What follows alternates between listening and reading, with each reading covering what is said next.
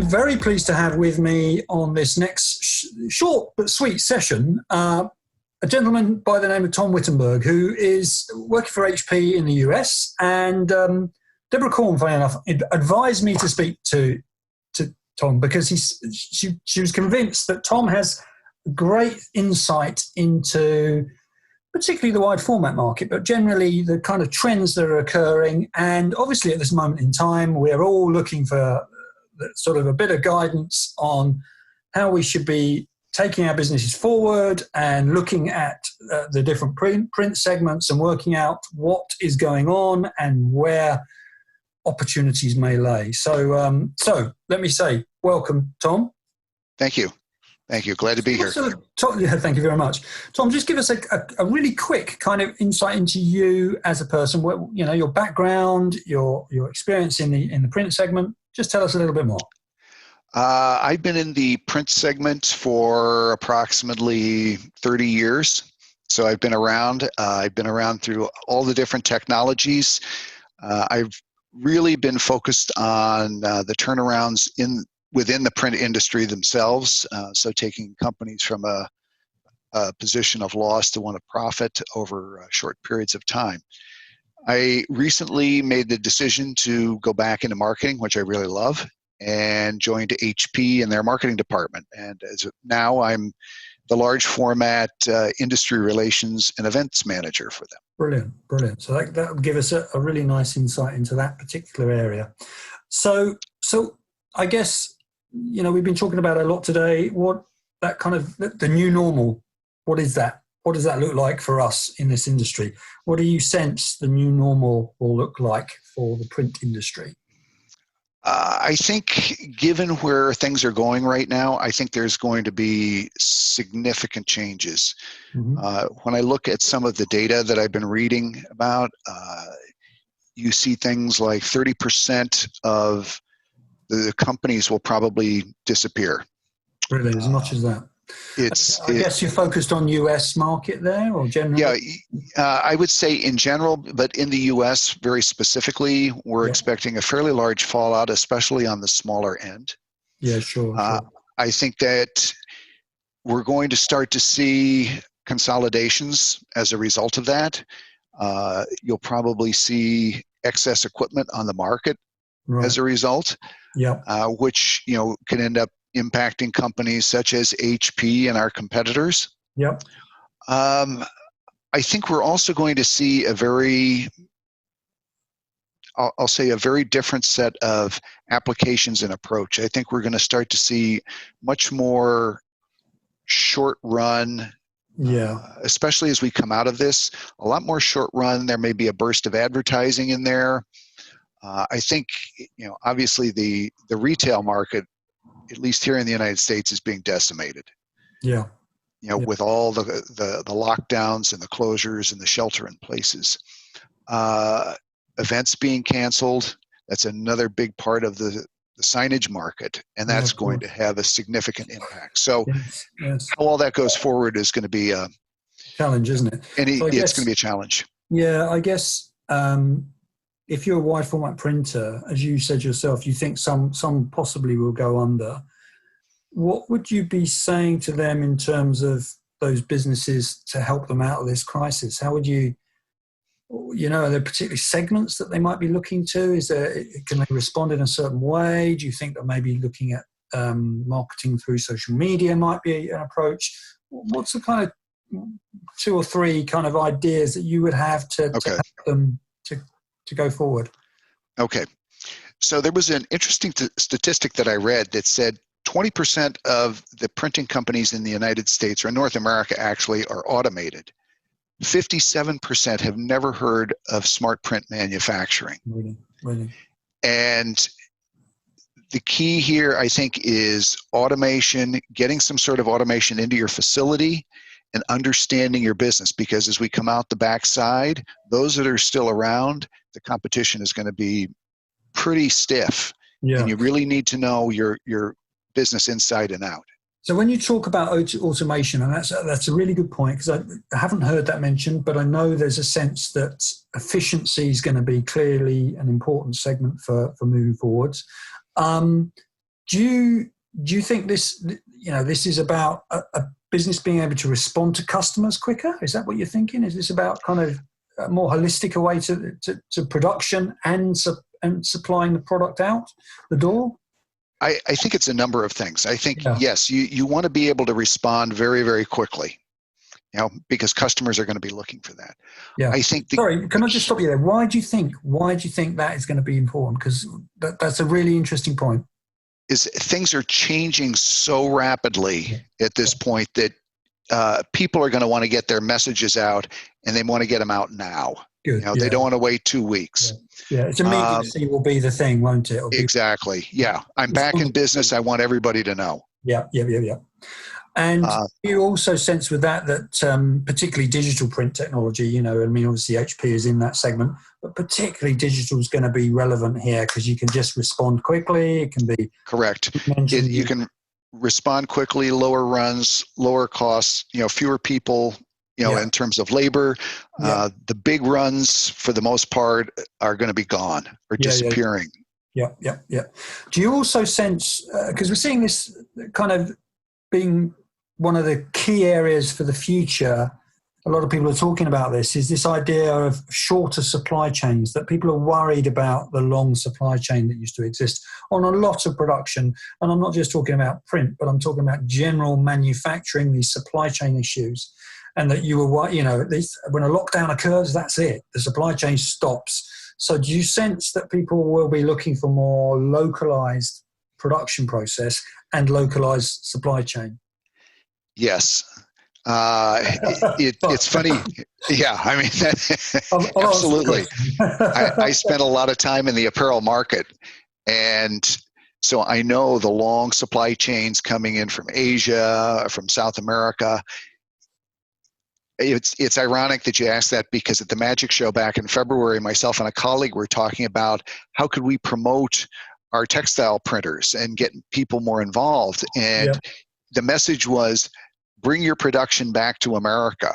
Sure. Well, now it's seeming to make more sense because the retailers are going to be looking at, how do I minimize my supply chain, along with everybody else who's now looking at, hey, we've got to get this under control. So I absolutely see that there's going to be small production runs, whether it's centralized or at least throughout the country. Somehow they're going to be making cut and sew products that go out either online or actually into a store. Was there anything that HP were particularly doing to us, before the COVID-19 crisis, before that, were HP particularly looking at segments that they were thinking would be great opportunities for the future? Yes. We are looking at things like the short-run corrugated market. Yeah, of course. For small packaging, or where you want to have a very specific message for that target audience that you're shipping to. Yeah. There are other markets too that we think are going to really benefit, as now more and more people are not dining in; they're going for the takeout. And so things like flexible packaging and folding carton, there's going to be some opportunities, I think, there too. Thermoforming. Sorry to interrupt you. I'll just pick up on that because I'm interested to know whether you think, so a lot of these trends, obviously we're observing real peaking, big peaks in takeout, exactly as you said. Right. Or big peaks in people going and using social media rather than another mechanism for marketing. So do you sense that these things will carry on once we move forward? Do you think these things do you think people, now they've started using takeout, they're going to carry on using takeout? Are they going to go back to, going and dining in? What do you sense there? My sense is that there's going to be I'll call it a near-term, mid-term period that we're going through where, okay, we've got this first wave, now we're hearing about a second wave, and what happens after the second wave, third wave. So I think there's going to be up and down periods throughout all of this, and people need to be prepared for that. That's something else that's really important for the printers out there, to be very, very flexible. Yeah.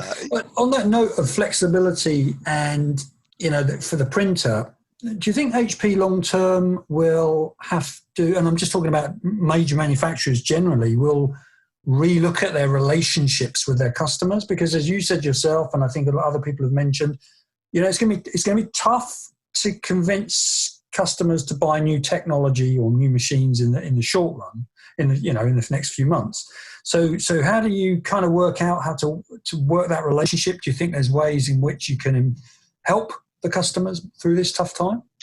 Yes. I think the relationships are going to become even closer. Yeah. There tends to be a lot of brand loyalty in our market, which makes market share very difficult to move. But you want to hang on to everybody that you've got, and so it goes beyond just the printing side. For example, we've been sponsoring webinars on the CARES Act to get people to go to those so that they can understand, how can I save my business? Yeah. Are you sharing kind of HP information knowledge, learning software information via social media using that technology? Yes. Yeah. We actually have a number of webinars coming up with some software, and it's really geared towards everything today. We're not talking about future applications you can go into, because everybody's so focused on, how do I stay alive today? So we're providing templates for things like face masks and COVID signage and things like that, so that they can make it easy that's good. on themselves to print. Kind of response to this. Correct. That's a really good thing, isn't it? It's a really good thing. Do you one of the things that you are obviously employed to do is you are very much responsible for events, and we know that's going to be a challenge going forward for all of us. Just before I ask the killer question about the future of events, in your own mind, why do HP see events as really important? What's kind of the HP relationship with events generally? We rely on events, as do a lot of our competitors in the market. Yeah. The way I liken it is, would you buy a six-figure car off your iPhone sight unseen? Because exactly. People want to see it. They want to touch it. I want to be able to look inside it. I want to see the color coming off of it. So events, whether it's a one-on-one demo or seeing it at a trade show, is an ideal way to get people to see the quality of the printer that you're trying to sell them. So it's a very tactile, very visual type of business, because it's a lot about communication and signage. Yeah, I guess so. Your sense is that eventually we'll need to get back to trade shows where machinery is on show, being seen, and people are looking and touching and feeling. Yes, but I think even that is going to change. Yeah, and even some of the training that we're doing today, which was lower funnel, sales funnel training, now may be higher up in the funnel, and you'll be a way to drive people further down the funnel. Do you, HP, I know in Barcelona do a lot of in-house events. I guess the same in the US and San Diego. Yes. Yeah, cool. So I wonder in a way whether part of the COVID outcome will be that maybe increasingly manufacturers will bring people into a slightly more controllable environment to show technology, so that they know that it's 30 people rather than 30,000 people, and that those people are individually spoken to, with hygiene covered off and all these kind of things. Do you think that might be the way forward? Yeah, I think there's going to be a much greater emphasis on I'll call it the one-on-one. Yeah. You might have, 2 or 3 people from a company come in and look at the products. Yeah, sure. I think also the trade show is going to evolve into something different. My guess is, and I'm thinking that trade shows are actually going to shrink. Yeah, because people, I know we're looking at different ways to use the virtual experience. Sure. And instead of bringing the whole portfolio, do we bring what's really important for the target audience today, and then have a virtual experience in the booth where you can demo from a demo center, here in Georgia, or have a 3-day or augmented reality experience. Yeah, which is getting better, isn't it? We all kind of Yeah.